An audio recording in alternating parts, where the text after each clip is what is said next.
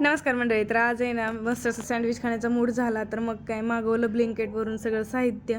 मग wheat bread मागवले, त्यानंतर चीज मागवलं आणि त्याचा जो सॉस असतो आपला पिझ्झा पास्ता सॉस, तर तो सॉस वगैरे मागवला आणि त्याचं सिझलिंग वगैरे जे आहे ऑर्गॅनो ते पण मागवलं. मग नंतर ब्रेड घेतले आणि थोडेसे रोस्ट करून घेतले तव्यावरतीच. त्याच्यानंतर मग त्याला आहे ना पिझ्झा सॉस लावला आणि त्याच्यानंतर मग वरती आहे ना कांदा आणि टोमॅटो कट करून घेतलेलं होतं मी. आधी थोडंसं चीज त्याच्यावरती स्प्रेड केलं.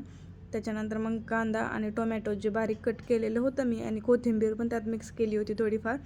तर ते सगळं आहे ना त्याच्यावरती टाकलं त्या सँडविचवरती आणि नंतर पण त्याच्यातून आणखीन थोडंसं चीज टाकलं त्याच्यावरून आणि थोडंसं ऑरिगॅनो वगैरे ते पण आहे ना त्याच्यावरती टाकलं आणि नंतर मग छान असं त्याला बेक करून घेतलं मी.